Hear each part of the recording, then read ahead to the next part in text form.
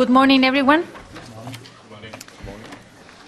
I am very pleased to welcome all of you here this morning at this EU-Korea Public Diplomacy Conference. I am particularly pleased to see so many of you, bearing in mind that there was some traffic problems in the city. So I'm glad that so many of you were able to make it. This conference, as you know, is a very important one. It takes place in the context of the 50th anniversary of the EU-Korea relations, and it's also a way of ending and closing a number of public diplomacy academic projects that the EU has funded through its so-called ICI, Instrument for Cooperation with Industrialized Countries. The conference will have two components. As you can see in your program, there will be plenary sessions and opening session with very distinguished guest speakers that will take the floor in a few minutes.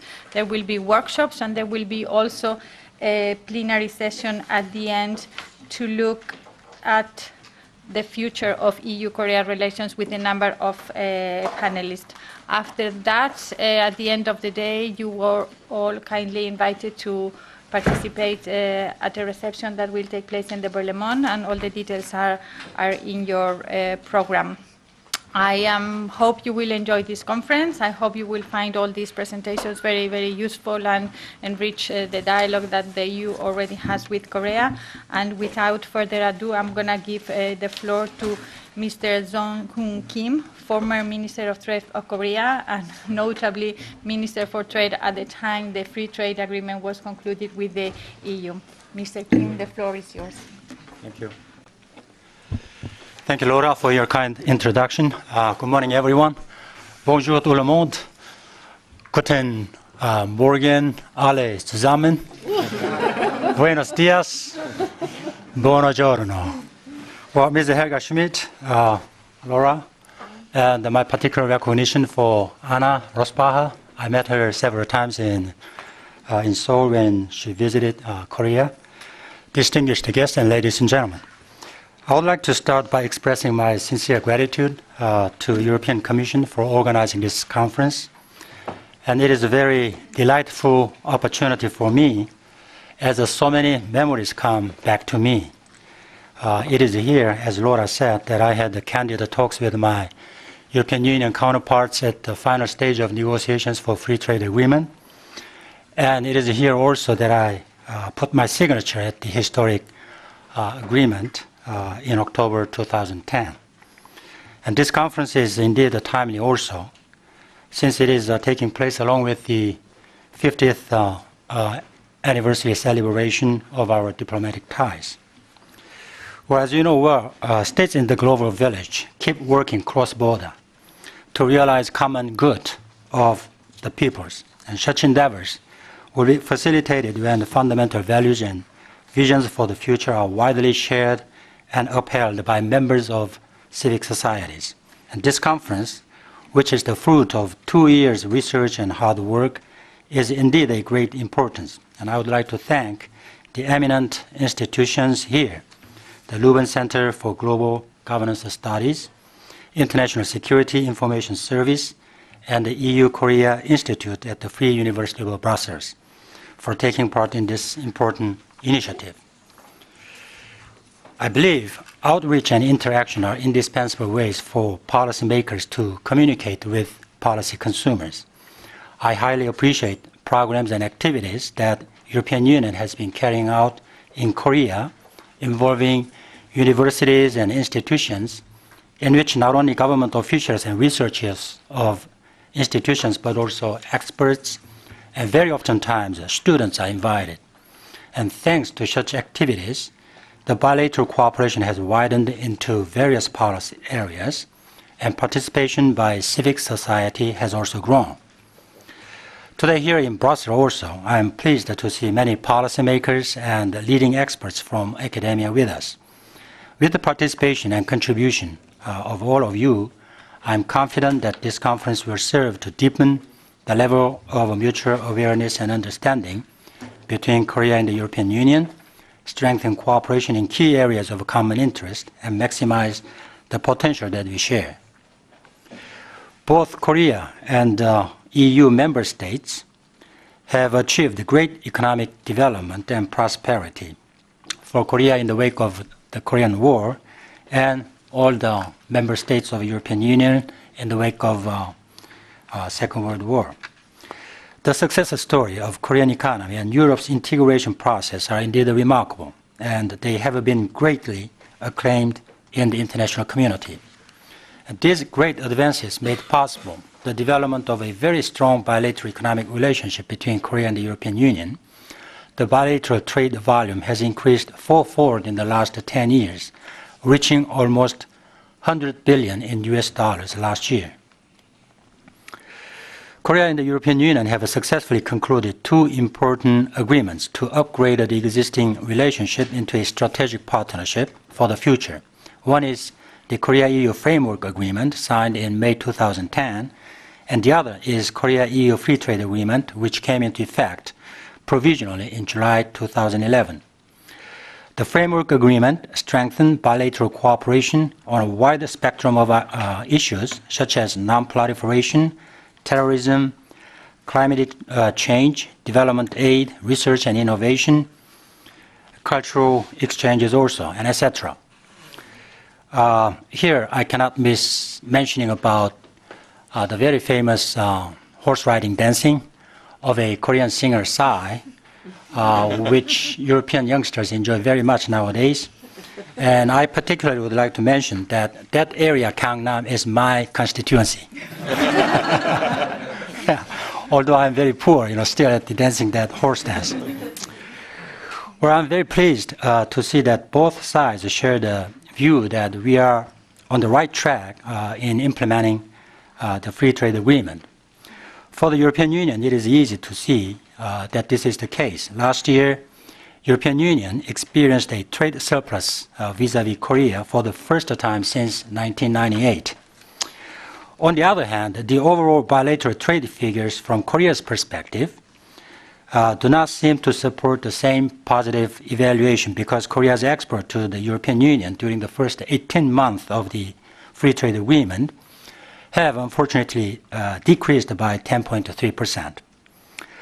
However, considering all the difficulties the global economy is currently facing, I'm convinced that our trade performance would have weakened even further without this agreement.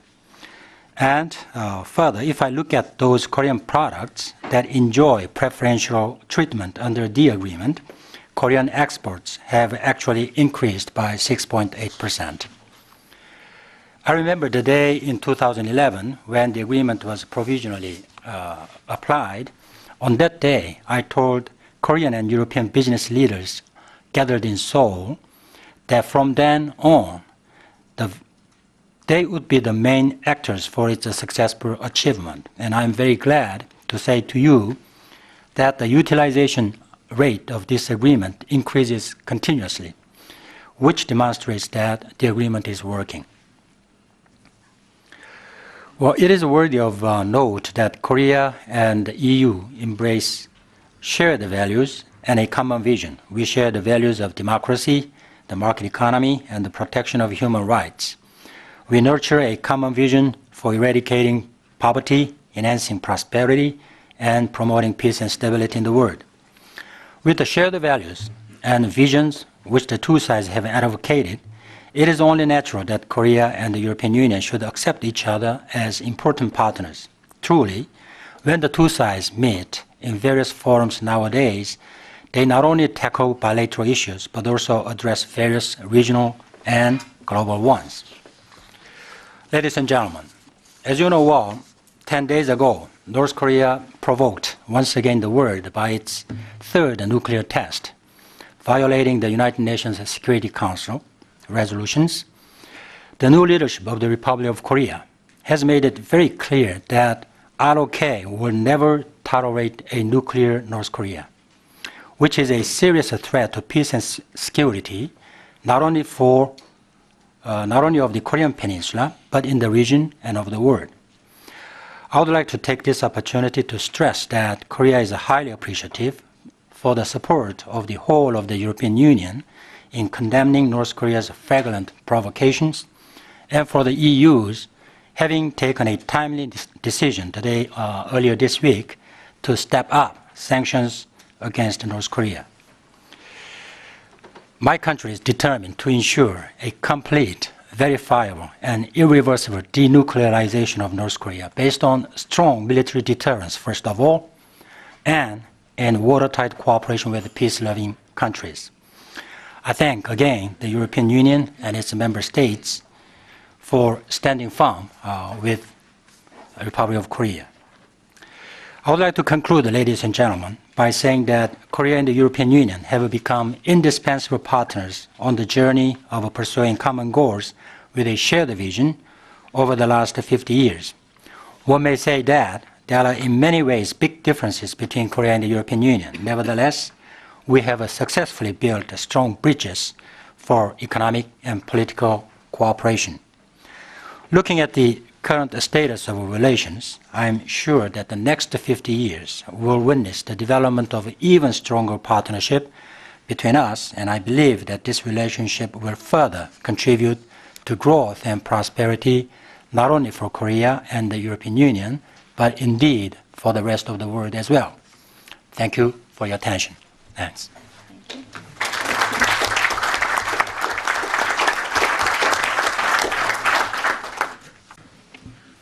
May I now give the floor to Mrs. Helga Smith, Deputy Secretary General for Political Affairs in the European External Action Service. The floor is yours.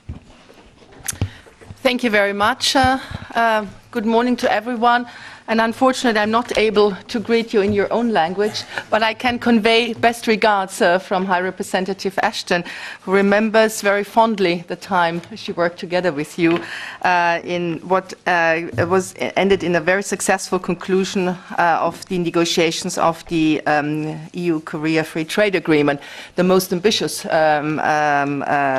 trade agreement, and certainly the first one we have had with a country in Asia. So she considers this as a landmark in her during the time she worked as Trade Commissioner.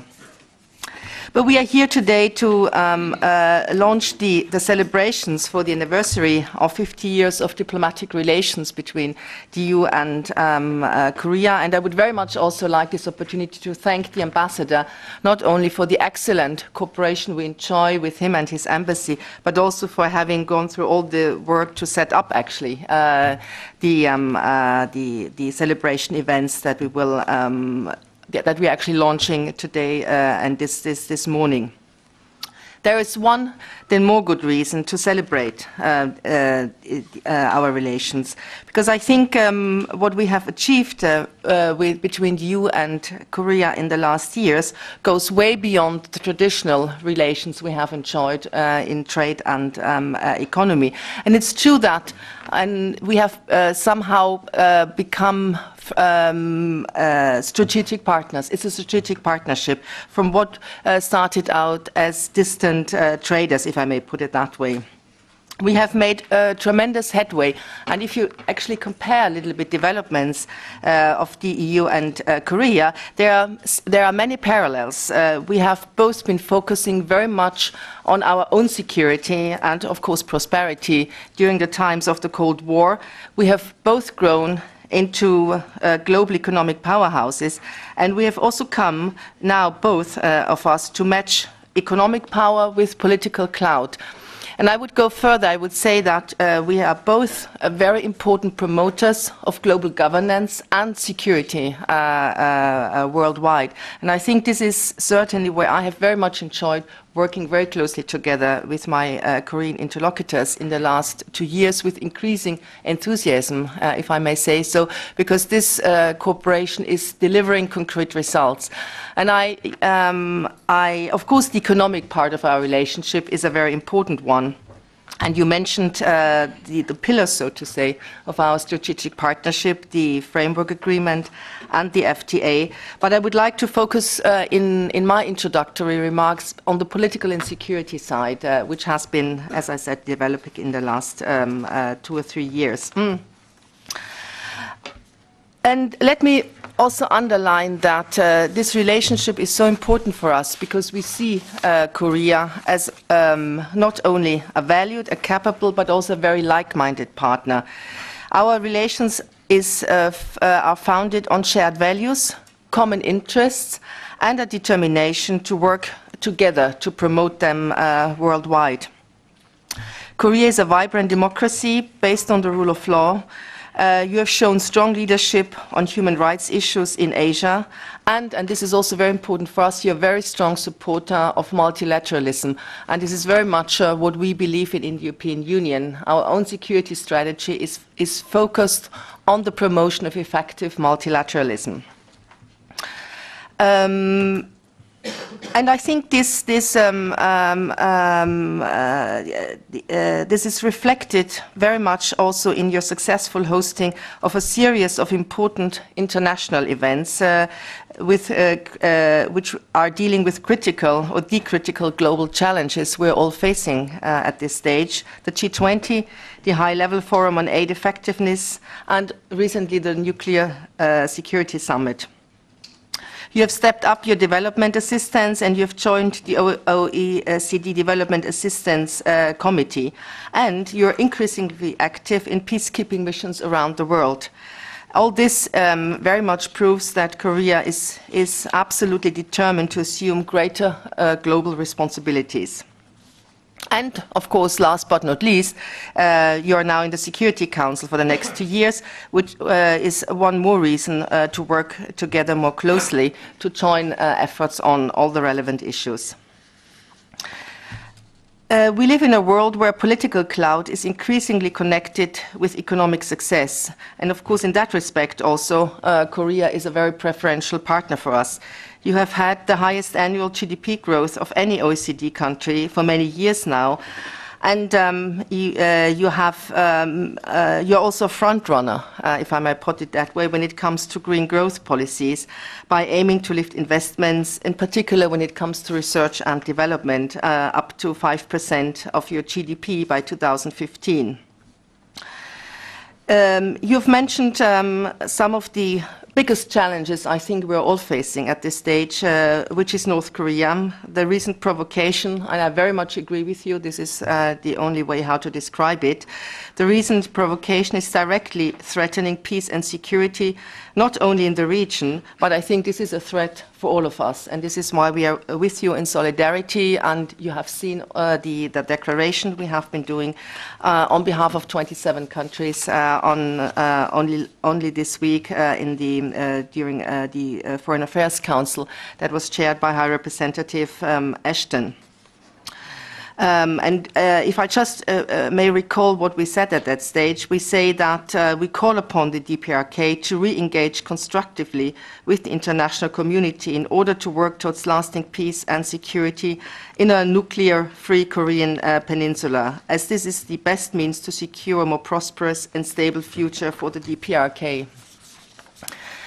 I should also add that the situation of human rights in North Korea is very worrying, and we cannot and we will not remain silent in the Human Rights Council in Geneva. This is why we will sponsor a resolution on the human rights situation in the DPRK. Let's, beyond, of course, what's happening there are many interests we share. One area where I know that you're very much interested in is Iran, and you know that the European Union is leading negotiations, the so-called EU3+3, with Iran. We are preparing for a next round of negotiations in Almaty on Monday. These negotiations will be chaired once again by High Representative Ashton. And as always, I will remain in close contact and I will be happy to debrief the ambassador and my colleagues about the outcome of these negotiations, because we very much value the support we have received from your country throughout the last year when we relaunched negotiations. This has been absolutely crucial. The unity of the international community to support our efforts have been absolutely crucial, and we very much also, we are very much grateful also for the support you have given us to what we call the dual track approach, which is engagement on the one hand, but also sanctions on the other hand. There's another area I would like to highlight, and this is that the government of Korea was the first government to make a financial contribution to the EU-led UCAP Nestor mission. This constitutes a first in terms of your country participating in an EU-led crisis management mission, and that's certainly an area I think where our interests converge and where we are very much interested in working together. We work together in the NAVFOR Atalanta mission, where Korea has deployed naval vessels off the coast of Somalia. And I take a little bit pride in saying that this is one of the very successful missions the European Union has been launching. And just to prove that is we have not had a successful attack, pirates attack, ever since May last year, which shows, I think, the efficiency of the mission and also the fact that it was a good investment to work together with partners in countries like your own. We're also pleased with your initiative for the Seoul Defense Dialogue and the leadership it shows on geopolitical and security issues in East Asia. And here again, we are very happy to work together. I would want to close by highlighting some of the very concrete aspects of our cooperation. We have set up a new high-level political dialogue at my level with Korea's first Vice Minister of Foreign Affairs. This is a dialogue that is delivering very concrete results. It works, so to say, as a clearinghouse for political cooperation initiatives. It allows us, on the one hand, to deepen and broaden our mutual understanding when it comes to the relevant geopolitical issues that are more related to Asia, but also issues that go beyond Asia. We discuss not only, for example, the conflict with Iran, we discuss the situation in the Middle East, we discuss the situation in the Arab countries, Central Asia, and this is, of course, the nature of a true strategic partnership. Our relations go way beyond the bilateral prism. They focus on the issues related to international security and, as I said before, global governance. And let me mention in that context that we have been very pleased by your interest and by the launch of concrete negotiations on the Framework Participation Agreement, which will provide a legal framework for Korea to participate in future in crisis management operations by the European Union. I could go on a lot more, but I think I have taken already too much time. But I think this only shows how broad this relationship is. I can only say for our part that we want to continue to play a role when it comes to security in East Asia. I can only underline once again that we have a great interest in working with you on global issues, security issues related to Asia. We will stand with you in solidarity when it comes to North Korea, but we have also huge interest in working together across to promote global governments and security. And I think we can't find a better partner for that. Thanks again.